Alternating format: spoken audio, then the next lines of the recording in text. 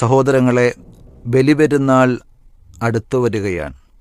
ബലിപെരുന്നാളിനോടനുബന്ധിച്ച് വിശ്വാസികളായ സാമ്പത്തിക ശേഷിയുള്ള എല്ലാവർക്കും പ്രത്യേകം പുണ്യമായി പഠിപ്പിച്ചിട്ടുള്ള സംഗതിയാണ് ബലികർമ്മം നിർവഹിക്കുക എന്നത്. സാമ്പത്തിക ശേഷിയുണ്ടായിട്ടും ഒരു മൃഗത്തെ ബലിയറക്കാൻ മനസ്സ് വെച്ചാൽ കഴിയുമായിരുന്നിട്ടും അതിനൊന്നും ശ്രദ്ധിക്കാത്ത ആളുകൾ വലിയ പുണ്യങ്ങളാണ് നഷ്ടപ്പെടുത്തുന്നത്. നബി സല്ലല്ലാഹു അലൈഹി വസല്ലം പറഞ്ഞു, ഇഷ്തരിഖൂ ഫിൽ ഹദി. നിങ്ങൾക്ക് സ്വന്തമായി ഒരു ബലിമൃഗത്തെ വാങ്ങിച്ചറക്കാൻ സാധിക്കുന്നില്ലെങ്കിൽ മാട് പോലെയുള്ള മൃഗങ്ങളിൽ 7 ആളുകൾക്ക് വരെയും പങ്കുചേരുവാൻ സാധിക്കും.